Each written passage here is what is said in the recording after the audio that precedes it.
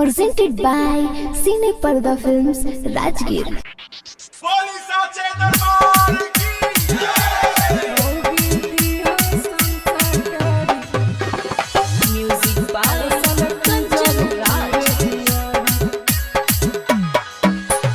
चढ़ते दशहरा देवो मूर्ति तोरे बैठाई माई हो मूर्ति तोरे बैठाई।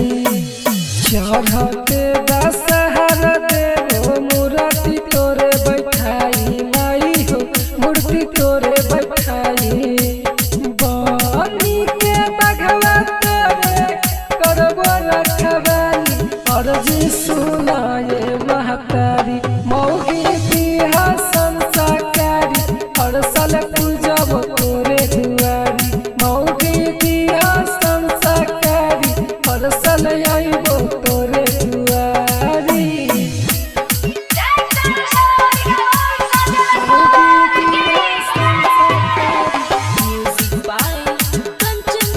साल पूजब तोरे दुआरी नव दिन नवरात्र करबो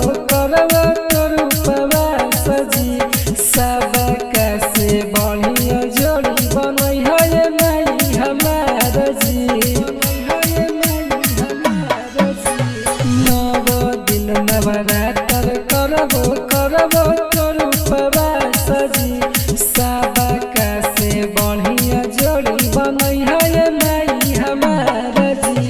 सोना के थारी में देबो परवा तोर पूजाई नहीं हो परवा तोर पूजाई। बनी के बघवा तोरे करबो रखवाली अर्जी सुनाए सरवाली मौगी दिहा संस्कारी हर साल पूजब तोरे दुआरी मौगी दिहा संस्कारी हर साल आइबो तोरे दुआरी।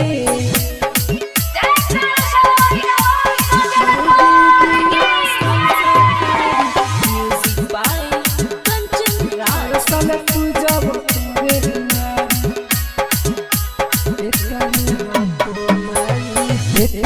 हको माई हमर मनमा के लालसा पूरा करी है माई धरब तोहर कालसा। ए माई पेटमे हको माई हमर मनमा के लालसा पूरा करी है माई धरब तोहर कालसा। तोरे गवाई माई हो मूर्ति तोरे बैठाई।